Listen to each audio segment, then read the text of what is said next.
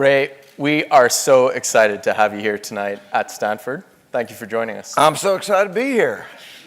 Well, Ray, as our little tribute to Bridgewater, we are going to videotape this conversation, okay? But I had to veto any of this live scoring stuff. I'm just not at your level in handling feedback yet. We've got a lot to cover. Your life, your principles, and how you think about the future. But before we start, I want to get a feel for our audience here tonight. So please raise your hand if you have read or are reading Ray's book, Principles. Wow. Pretty good. Okay, and for the rest of you, how many of you are planning to read Principles? Yeah, they're an ambitious group. And for anyone else out there, do you at least have your own moral principles? There you are. Okay, good. Let's start back in the early days on Long Island. Now, you were quite the capitalist growing up. You were a paper boy, a lawnmower, a snow shoveler, and a golf caddy. And at the ripe old age of 12, you made your first investment in the stock market. Talk to us about how that even happens. Well, everybody was talking about the stock market at the time. It was no big deal, really. At the time in the 60s, the stock market was the hottest it has ever been. Literally, if you got a haircut or anything, everybody would talk to you about the stock market. And so when I was caddying, they were talking to me about the stock market, and I'd take my $6 a bag. I would take my $12, and when I got $50, I'd put it in the stock market. It was just a natural thing to do. And it did pretty well, the first investment. Yeah, it was the only company that I ever heard of that was selling for less than $5 a share. So I figured I could buy more shares, which meant if it went up, I'd make more money. That was my rationale. That was a stupid rationale, right? And it was a company that was about to go broke, but another company acquired it. It tripled in value, and I thought, this game's easy. I can make a lot of money. Game's not easy, but that's what got me hooked. So you got a bit of a rolling start, but you continued to invest through high school and university, and you later enrolled at a business school, one we like to call the Stanford of the East, where you met, of course, Joel Peterson. And Joel was in my head group, and we have good memories. Now, we'll talk about those later. Now, Ray, for your summer internship, many of your classmates were going to Wall Street, and they were seeking these glamorous equity trading positions. You, on the other hand, sought out a role in commodities trading, which at the time wasn't just less prestigious, it was pretty obscure for an MBA to seek out that kind of a role. So talk to us about what that experience of going against the grain taught you. Well, it was, I figured it had low margin requirements, right? You only had to basically put up about 10% of the money. So I figured if you're going to be right, you'll make more money because of low margin requirements. So I got hooked on commodity trading. And then there wasn't anybody who would go from Harvard Business School. So this was 1972, the summer of 1972. And I went to the director of commodities and I begged for a job. And he gave me a job. And that was just before the 1973 oil crisis and the oil shock. And then Wall Street went to hell and commodities became hot. And I was lucky, and so I went into commodities. So you were hot property by second year, and I never really knew anything about commodities other than the summer job, but I was then a hot property because there was no Harvard Business School type person in commodities. So I got a job, which was stupid to hire me, but they did. And then that company got into trouble. Then I went to another company, and I did that for about a year, and then started Bridgewater. So I just want to, you skipped over something there. Now, many of us here in the room, Ray, we know you as a master of thoughtful disagreement, okay? But you didn't have that concept fully nailed back in those early days. So talk to us about that disagreement you had with your boss on New Year's Eve. Well, I mean, we got drunk, and then I slugged him, and he was a good guy. And what he did, But he drove home. He totaled his car. His wife chewed him out because they missed their party. And he came in with a black eye, and he didn't fire me then. He didn't fire you? He did not fire me Okay. then. And then it was another incident that caused him to fire me. I'm not sure I want to know what got you fired. Can you tell us what got you fired? Anyway, that was the best thing that actually happened to me, because then I was on my own. Now, some of our career advisors around here, we might frame that one as passion, right? And it was, kind of in retrospect, it was a stupid thing to do, right? But it was just what I was like at the time, I guess. And so you go ahead and start Bridgewater Associates from your 2-bedroom apartment in New York. So you're 26 years old. You're a first-time entrepreneur and a professional investor.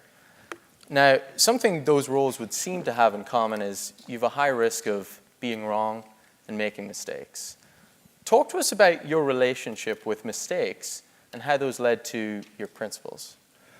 Yeah, I think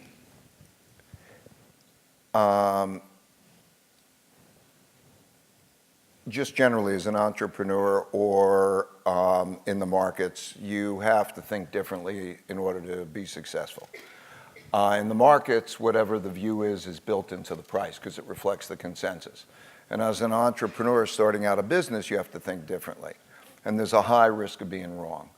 And so what I learned over that period, you have to be audacious, you have to think differently, you have to be confident, and then you also experience a high risk of being wrong.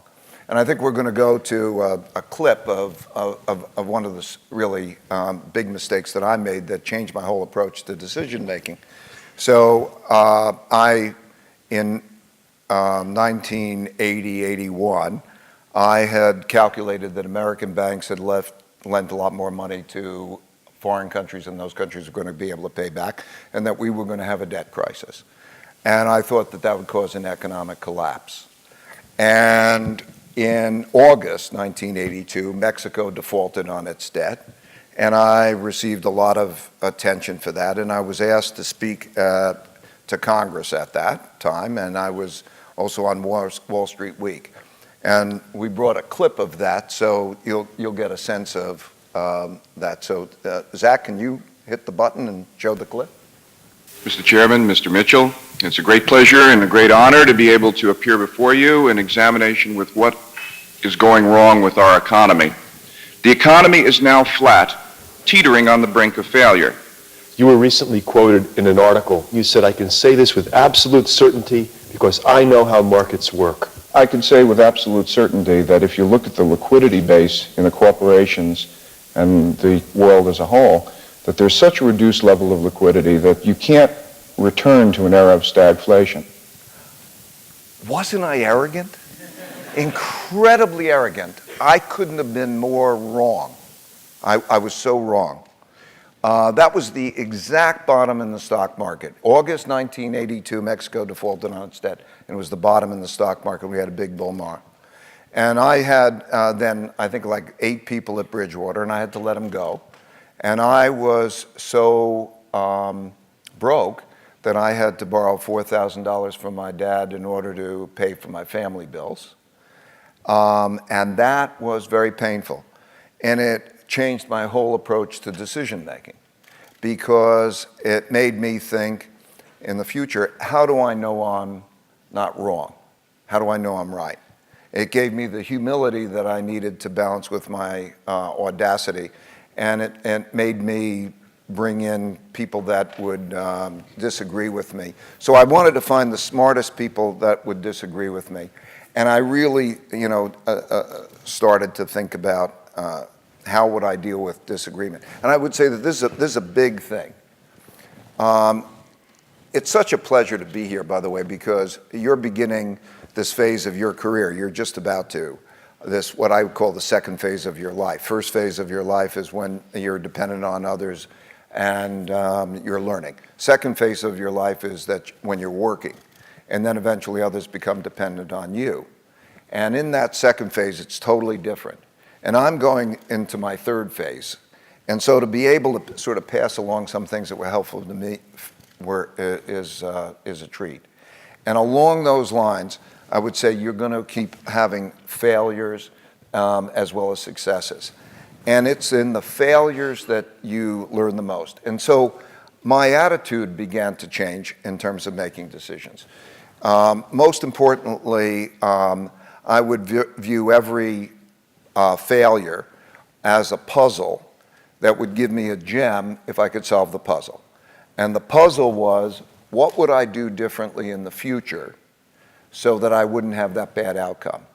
So, and if I could solve that, that would give me the gem, and the gem was a principle. And the other thing that I did was write down all my decision-making principles. When I would make a decision, I would take the time and say, what are my criteria for making that decision?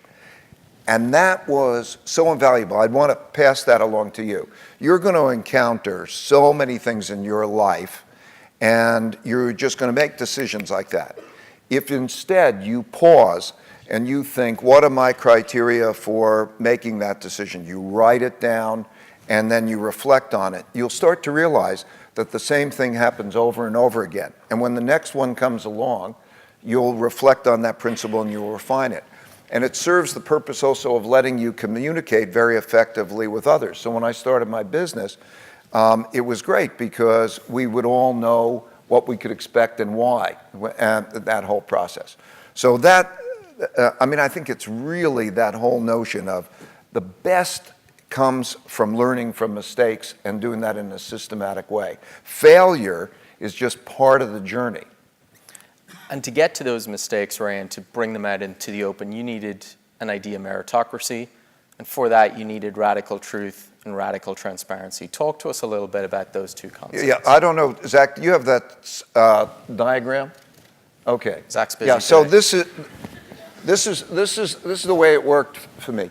So in order to be successful, I needed independent thinkers who would disagree with me, and that we would disagree with each other. Because otherwise it's that false confidence. How do you stress test each other to get to the best ideas? So I needed independent thinkers who were also wanting to go for the audacious goals. So if you have independent thinkers, how are you going to get past the disagreement? You actually have to have a system for disagreeing well and getting past the disagreement. So I needed an idea meritocracy, in other words, an actual process that organizes disagreement to get past it. And in order to do that, then I needed to have that principled. I needed to write it down, and we all needed to know what that rules are. And then we need to make these systems. And then when we did that, that changed everything, right? That thoughtful disagreement. Because it's collective decision-making in which you significantly increase the probabilities of making a right decision. I think the greatest tragedy of people, probably one of the greatest tragedies of mankind, is people who hold opinions in their mind that they're attached to that are wrong, that they could so easily stress test and significantly raise the probability of being right. So we needed to do that. And when we did that, we had our successes and our failures, but the people believed in that idea meritocracy, and it was fair. Because the system, if you have a system in which you can fight for your arguments, and you know that the system's going to be fair, you can care more. And so that's the type of organization I needed to, and that was the key, right? Whatever success I've had in my life has had more to do with my knowing how to deal with what I don't know than because of anything I know, and that idea of meritocracy, that triangulation with smart people. So Ray, I want to go a layer deeper on this radical truth and radical transparency. I think for many of us hearing it here, it's very hard to argue with the logic of what you're saying. And yet the culture at Bridgewater feels quite foreign to what most of us have experienced in our personal or professional lives. What is it about this concept that is so difficult for us to embrace? By the way, that's the competitive edge, right? Because if it was, if you were to say, what's the edge? That's the edge. I think we have ego and blind spots barriers that stand in our way.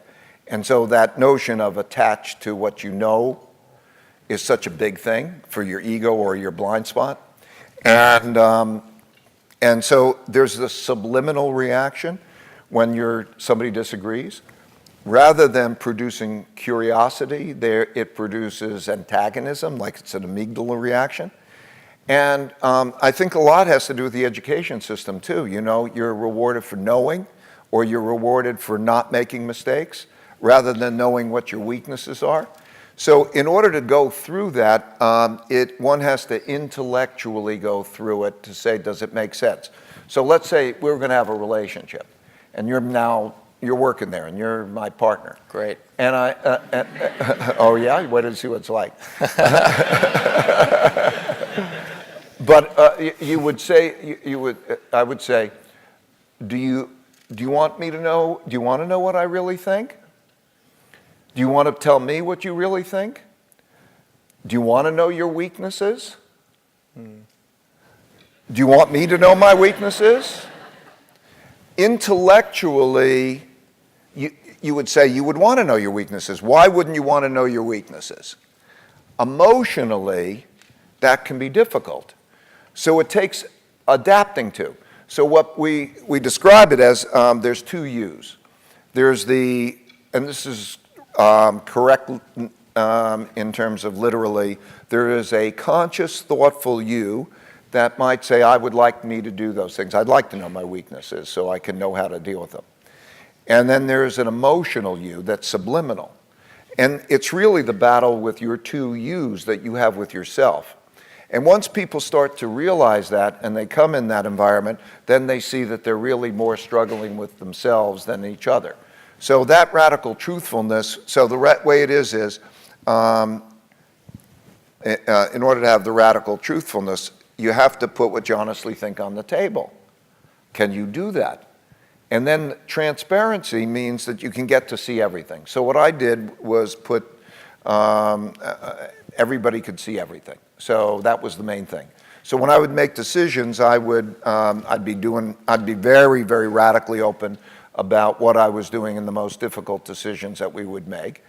And then I would refer to the principles, and then I'd have everybody challenge me on whether that made sense.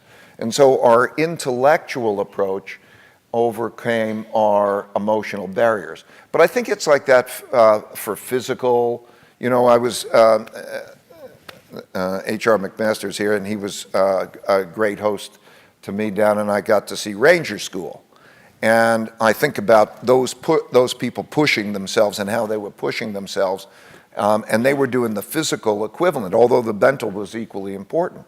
And that produces that particular strain. They wanted that, and that's what Bridgewater's about. But it's not for everybody, just like some people would wash out of the Army Rangers.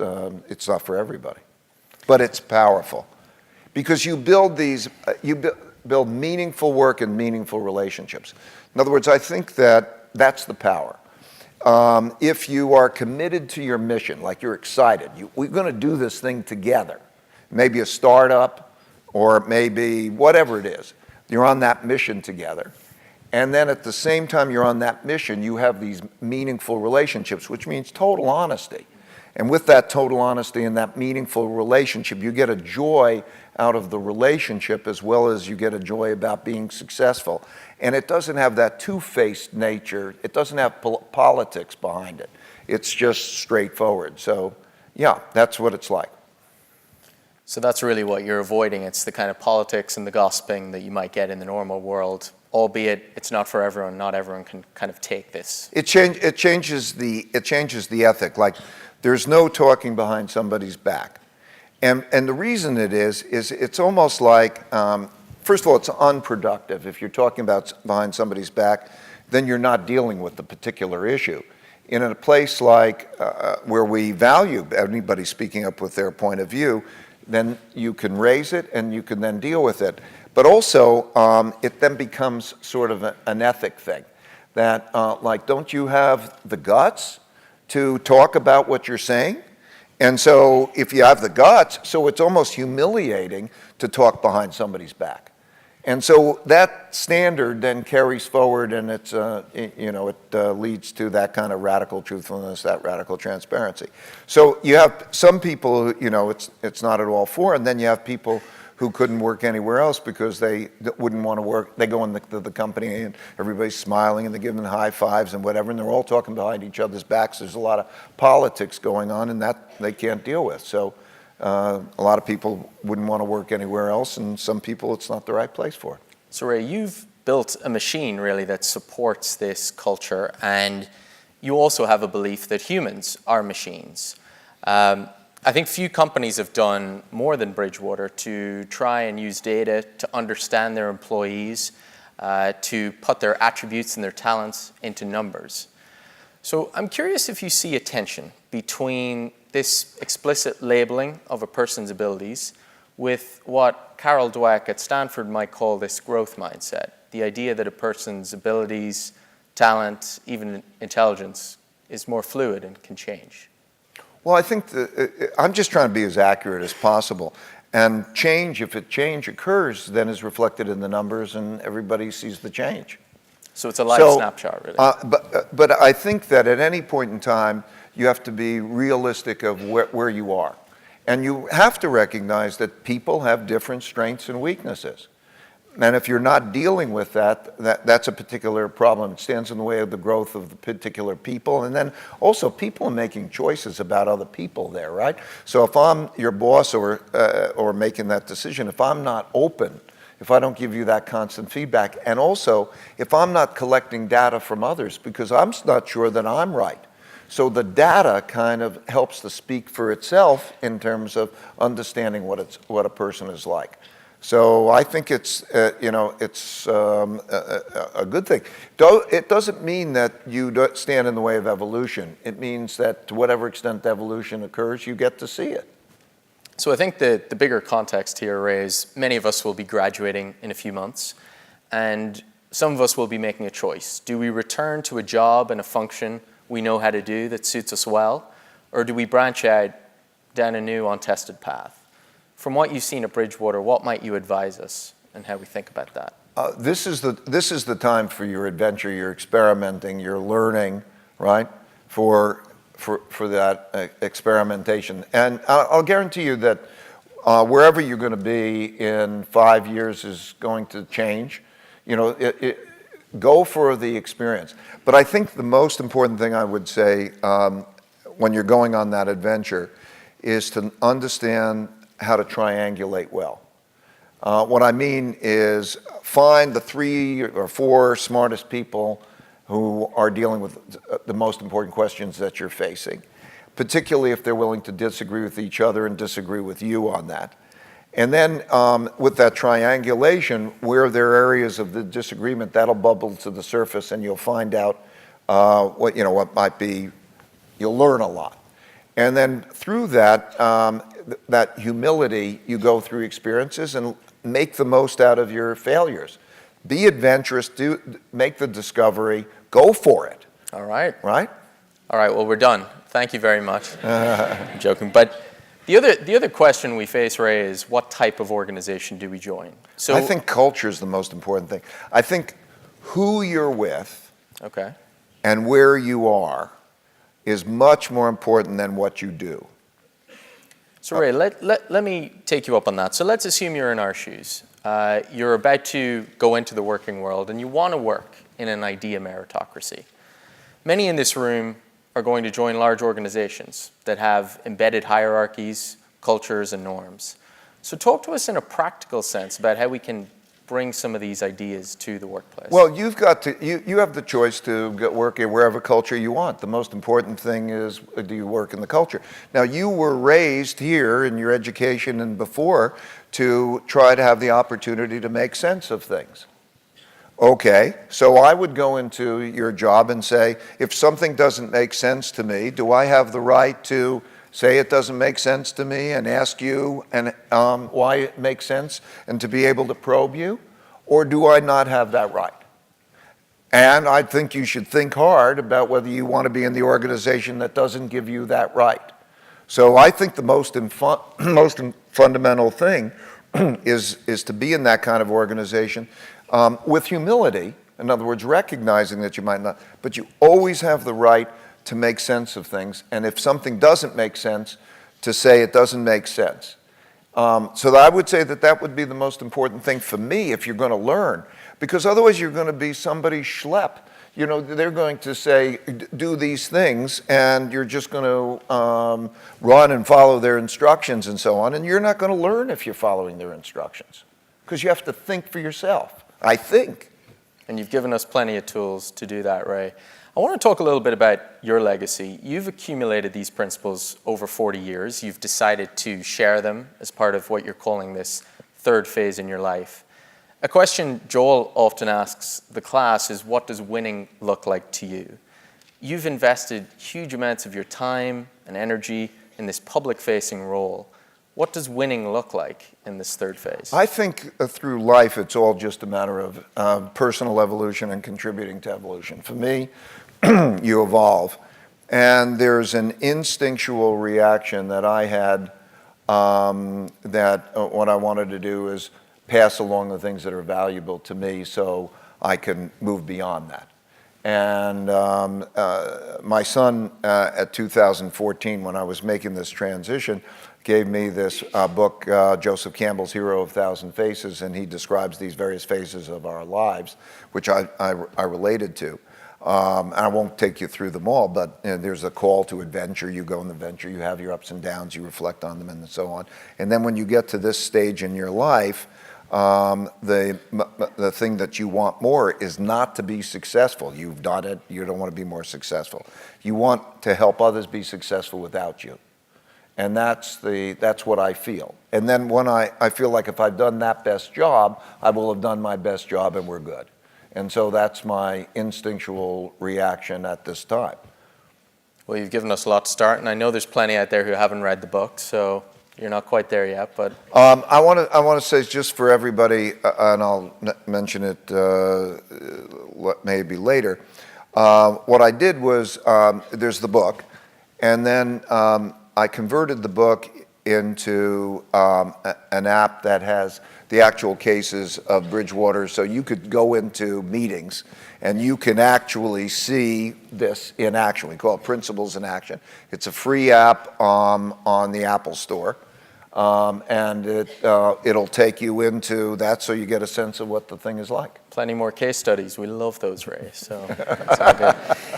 Now, Ray, we could spend another hour on these principles, but unfortunately, you've got far too many other perspectives we want to probe you on. Let's start with history. You're a student of history. You've stated that everything that happens is just another one of those. So I'm curious, when you look at today, our stage in the economic cycle, our political tensions, our geopolitical tensions, what's the historical precedent for what you see, and what does that tell us about what happens next? Well, I think there are cause-effect relationships, and then they repeat through history. I think it's important to not just assume that because they happened in the past that they'll happen again, but also to understand the cause-effect relationship. So in answering your question, I'd like to refer to both. One of the things that I learned was that I was, almost every time I was surprised by things that did not happen in my lifetime, but happened many times before. And as a result of that, I really found that I really needed to understand history and why things happened before. And that in the 2007, because I studied what happened in the Great Depression, we were able to anticipate the 2008 financial crisis because of what happened in 1929 and 32. So the period that I think that is most analogous is the late 1930s, and I'll explain why. And this is just the mechanics of it. We had a debt crisis in 1929 to 1932. And in both of those cases, interest rates hit zero. Only 2 times in the century that happened. When interest rates hit zero, the central banks had to print money and buy financial assets. We call that quantitative easing. Those purchases of financial assets push financial asset prices up, And as a result of pushing that up, it makes the economy go up. So 1932 to 1937, the economy, the stock market went up, everything went up in much the same way as it did from 2009 till recently. And then, but because they bought financial assets, those with financial assets benefited more than those who didn't have financial assets. And there were other factors, like we have technology today replacing people. And as a result, we had a large wealth gap. So if you look today, the top 1/10 of 1% of the population's net worth is equal to the bottom 90% combined. And if you take that, or measures like that, the wealth gap is the same as it was in that period of time, that 1930s period of time. And with a large wealth gap and differences in values, then you have populism, the emergence of populism, populism of the left and populism of the right. And if you go through history, if you were to say, when did the last time you had populism in major countries? It was in that period of time for similar reasons. And with that time also, you had the classic rising of a power to challenges an existing power. In that case, it was Germany rising to challenge the British Empire, and then Japan and Asia. And like now, we have China rising, and there's a rivalry, a conflict. So the only periods of time that you could see that was analogous recently, the most recent period of time is like that. So I would say, what are the big issues of the time? The big issues today are that there is a limited ability of central banks to ease monetary policy because we have interest rates near zero, most cases around the world, and so the capacity of central banks to ease is limited. We have a very large wealth gap, and with that we have polarity, a lot of political polarity, democracy even being challenged by that polarity, right? And then you have these conflicts around the world. And so that populism of the left and populism of the right has big economic implications. What it'll mean for tax policy, and what will it mean for even conflicts between countries. And so we have that rising power situation. So that period of time looks most analogous to today. You've covered a lot of things there, Ray, and we'll try and dive into a few at the time we have left. On a high level, it's a pretty shocking comparison to make, and we know how the 1930s ended. Do you believe that on our current trajectory, we're heading towards some sort of conflict? Well, we're certainly heading to different kinds of conflict. The question, I think, is how we're going to handle them. We certainly are headed domestically to lots of conflict, right? If you were to take the polls of the Republican Party that is the most conservative it has been ever, the Democratic Party is the most liberal it is ever, the voting according to party lines is the most it has been ever. 94% of the votes are according to party lines. And so we certainly have an internal conflict.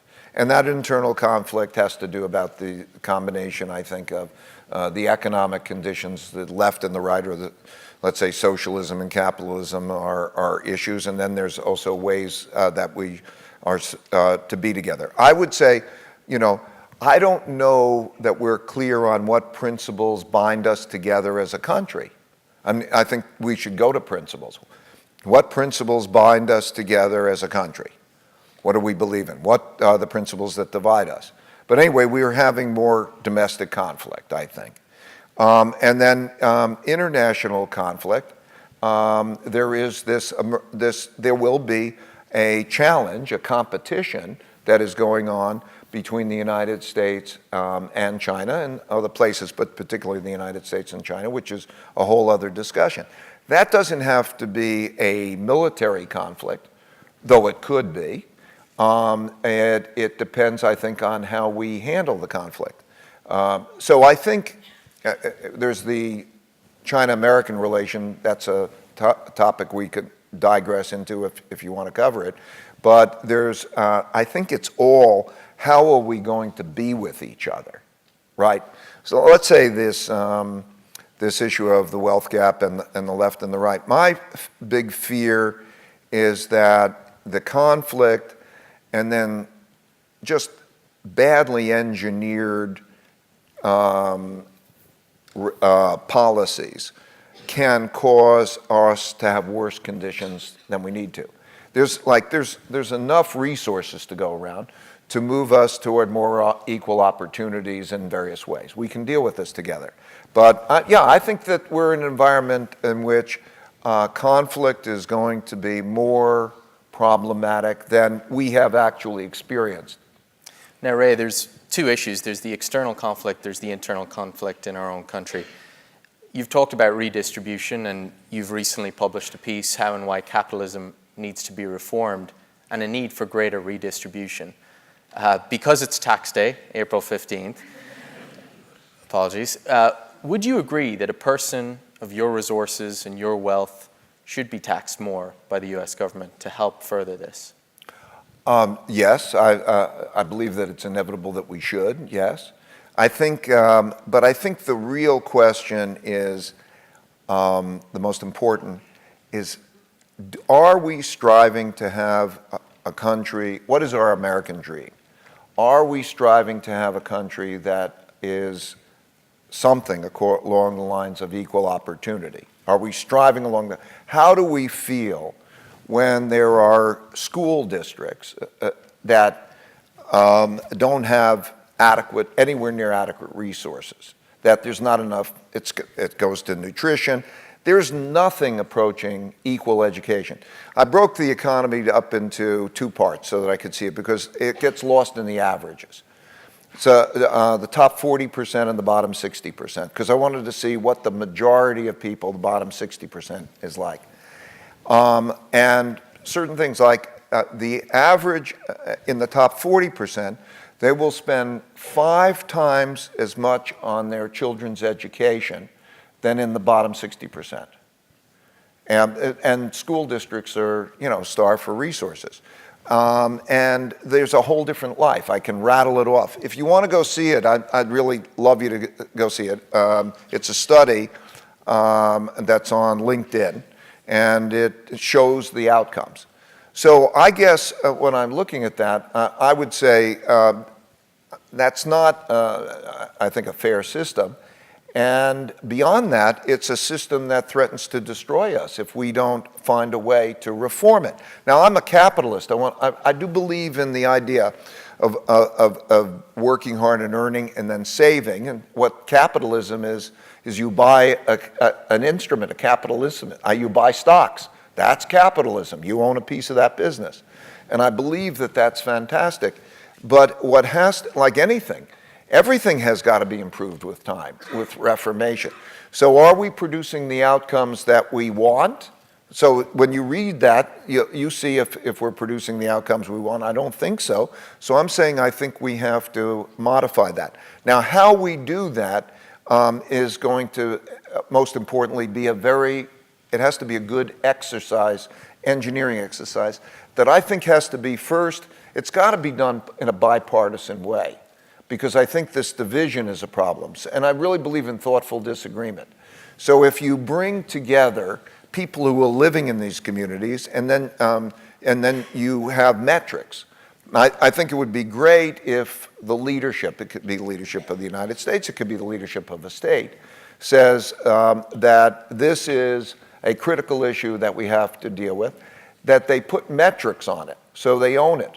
In other words, numbers and KPIs, and they say, here's that condition. Is that living standard the same, or is it rising, and what are we doing in terms of education? And with those measures, then work together in terms of doing sensible engineering.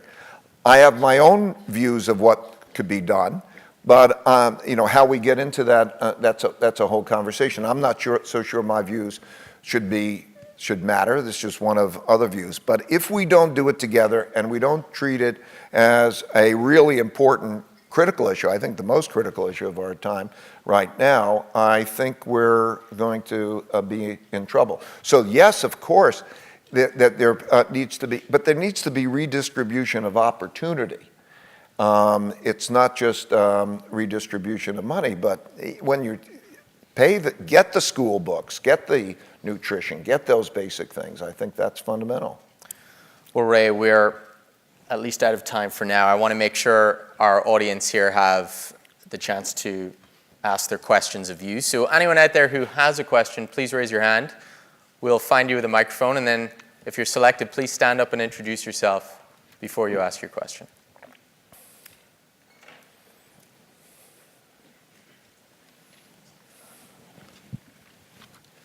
Hello, my name is Max. I'm in B1. I'm from Russia, so sorry I don't know the local political landscape that well, but my question is, having such a great reputation, knowledge and leadership experience in this country, why you are not running for the president of the United States?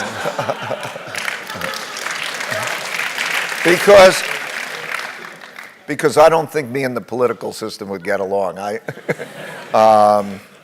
don't think I think it's a very difficult system. I don't think it would be effective. I think the political system, even the way it's structured, where the two parties and the way they go about it, and I think it's a challenge that's almost impossible to win. And anyway, I'm able at this moment in time, this short moment in time, to pass along some thoughts that others in that position or any position could take or leave.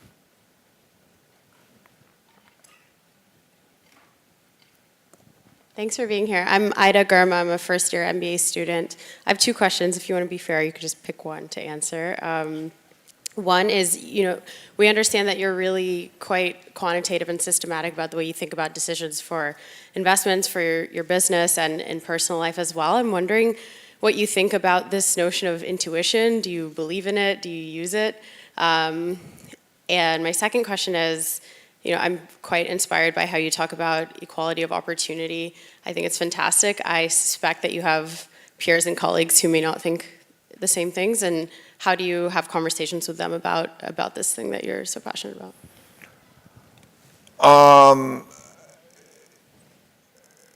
Yeah, so what was the first question again? Intuition, yeah. I think decision making is subliminal and logical, and fabulous ideas come from subliminal decision making. But you don't know if they're great or not, that you have to reconcile them with the logic. So yes, intuition can be very, very valuable. We feel it, you see it, it's subliminal, the ability to connect dots and see things in that way. Imagination, all of that. Some of the best ideas come in a subliminal way. Like if you're taking a hot shower and these ideas come to you, it's not like you're sitting there working hard on those ideas. They come up, they can be fabulous. I think the key is to reconcile them with your logic, because they could be misleading too. So yes, I would say they're at least as valuable as the logical idea. So, and the second question was about what? How do you have those conversations with your peers about equal opportunity? Just the art of thoughtful disagreement. I mean, I love disagreement. I just have to say what I believe, and others say what they believe, and then we have a conversation about it. And I love it to do that openly. So if you were to sit here and have a conversation, I would welcome anybody who has a different point of view, have a thoughtful conversation. That's easy. I don't see any reason why there shouldn't be good, thoughtful disagreement. Hi, Ray. I'm Will. I'm also a first-year MBA student. I know you're a member of the Giving Pledge, so I was wondering what principles you apply to your giving in order to maximize your social return on investment in the same way you did with your financial returns. Yeah, The saying that it's tougher to give away money than it is to make it is actually true, because when you're pursuing a profit, you will know whether you're succeeding or failing. When you're giving away money, it's very difficult to have those kinds of metrics and weigh one thing or another. It's a lot more confusing. But I tend to take the same approach that I would in my investing, meaning I try to think in terms of return on investment, but I don't think in terms of, I think in terms of double bottom line return on investment. In other words, what is the social impact?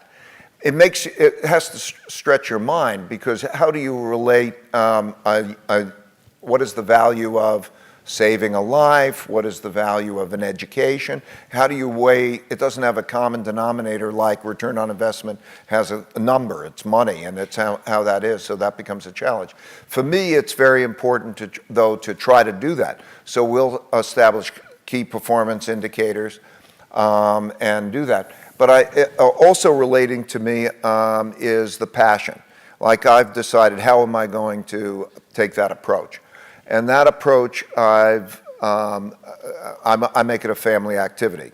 My family members, different in varying degrees, are interested in their own philanthropic efforts. And each one of them has their own particular passion. I think that's great. So I would say that when you get past the certain point, what you think about is, what do you really want to do? You don't think about profit as much as you think about, like, what do you want to do? And I think that maybe as you get older or you feel more connected, and you also realize the blessings that I've had, because I didn't have anything and then I've evolved, and you see what other people are, is that marginal benefit of spending money on yourself and to being able to help other people makes a big difference. So those things, return on investment, how do I make it sustainable? How do I measure? How do I judge how good we are doing as a family? How do I establish principles? We've got a whole bunch of principles that people have to abide by in order to do it well. So it's similar, but it's more difficult because of the fact that, you know, you can't account for it very well. So like, if you were to think, what should you give money to? Are you going to be able to measure whether education here or life?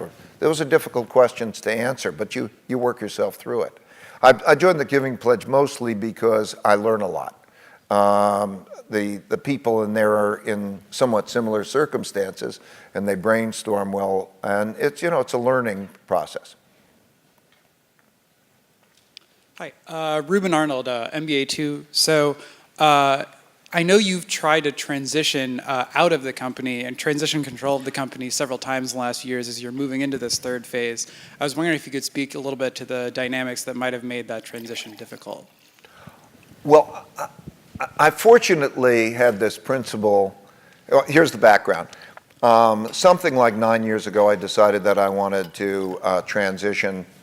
It was an important thing. And I didn't know how long it was going to take me. I thought it would take me about 2 years, because I was working with the people for a number of years, and I thought it was going to be great. But then on the other hand, I learned never to believe what I think is a theory. If I haven't done something before successfully, then I can't assume that I know how to do it. So I said that maybe it could take up to 10 years. I think it took me about 8.5 years in order to do that well. So you go down a journey. I didn't know anything about governance. I had just run the company. And with this idea of meritocracy, that I put myself in a position that I would report to this management committee. They could hire, fire me, they could operate that way, so that I had myself held accountable to this idea of meritocracy. And I thought this thing was going to work. I made the transition, and then with the difficulty, realized that it wouldn't work. And we all agreed that it wasn't working. And then we set up a governance system, the proper board, and I realized I learned a lot about governance, and I learned about how to pass those responsibilities along to others, and then we worked that out, and it's been about 1.5 years since I transitioned out of that. So I think the lesson is, like I was saying, if you haven't done something 3 times before successfully, don't assume you can do it. And that was really helpful to me. So through that trial and error, it was part of the learning process. So I think that's the saying. I guess that would be the principle. If you haven't done something successfully 3 times before, don't assume you know how to do it. Hi, Alyssa. I'm an MBA 1. And when people talk about economic opportunity, a lot of the times we talk about children of the poor becoming rich, but we rarely talk about children of the rich making room for other people. And so I was wondering if your emphasis on equal opportunity affected the way that you parent. Well, yes. See, but I think I had an experience because, and I think my kids were lucky because I had the most important things. I shouldn't say I didn't have anything. I had parents who loved me. I had adequate nutrition. I was well taken care of. I went to a public high school, but I didn't have much more than that. And then when I was, for most of my life, my kids didn't have much more than that. So they know the difference. They know like what the marginal utility of having a lot is relative to that. It's not very much. And then you start to create that sense of value. So my own experience affected my reaction to it. I don't know what it would be like to be born rich and then find out what that's like. I don't know what that would be like. It must be much more difficult in terms of that. But so my experience naturally told me the differences. And I think that's, it's important to understand there have been a number of studies on happiness around the world. Probably Stanford's got their professors who study happiness. And the one thing is that they found that there's no correlation past the basic level of money and happiness. But the one thing that is the most important thing that seems across communities is a sense of community. Your relationships, your personal relationships. And so I think that that's affected my approach. But I wouldn't know how to do it if I didn't experience it, I don't think. Maybe time for one more question.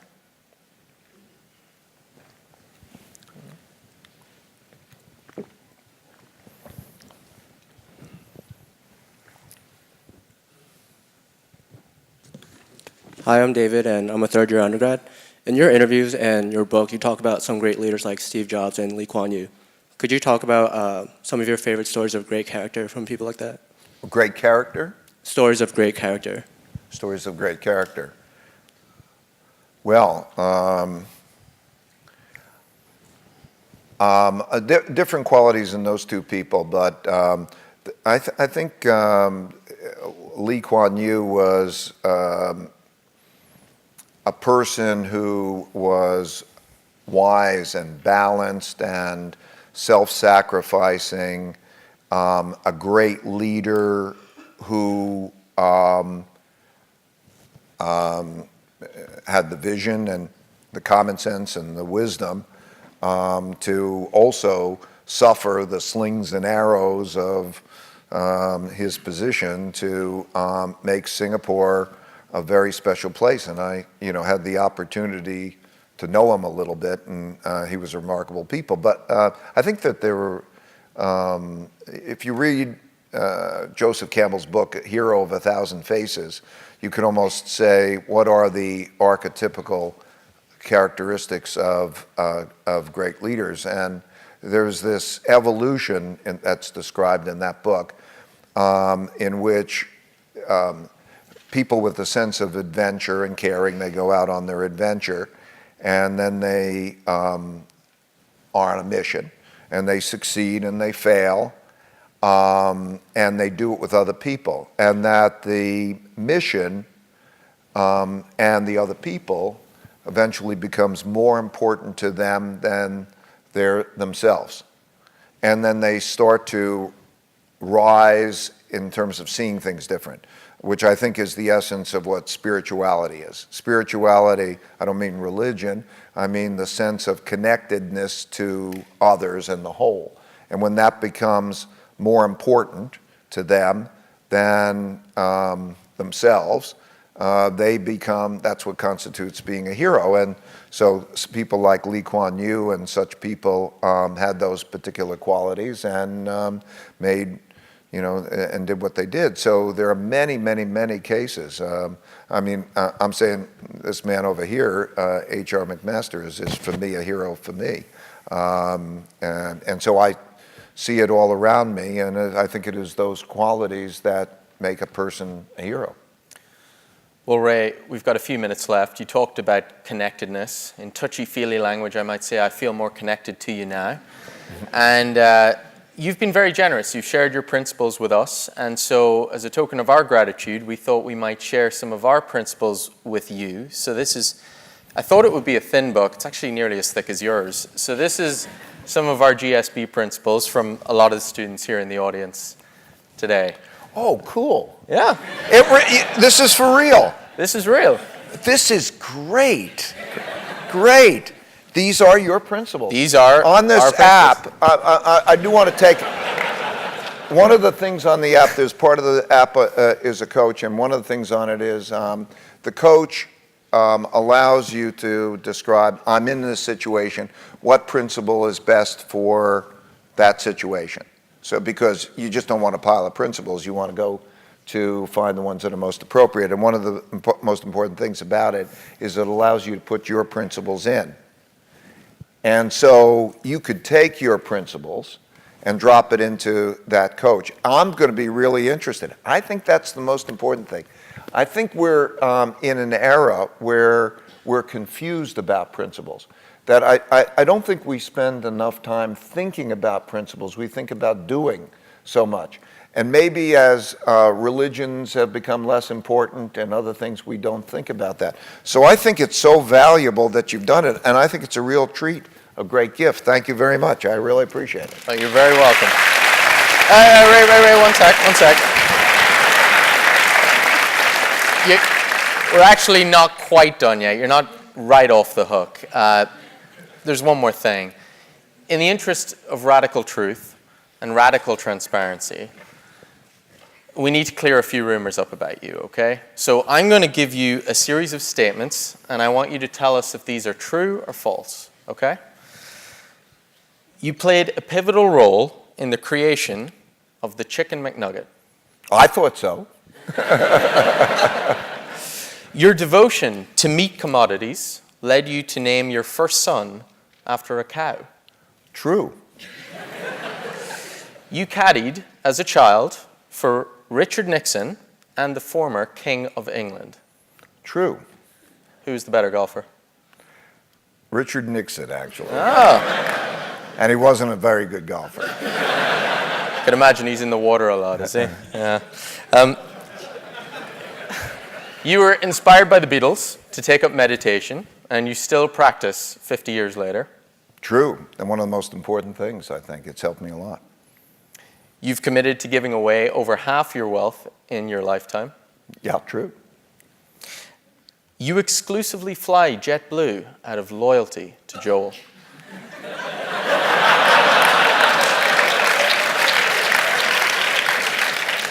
He was chewing me out about that. So that's a no. Not yet. Not yet. More roots. You've worked for 44 years at Bridgewater, but have never once got promoted. I got demoted a few times. You secretly wish that you went to Stanford. No comment. Ladies and gentlemen, Ray Dalio. Too political. Too political. He's perfect.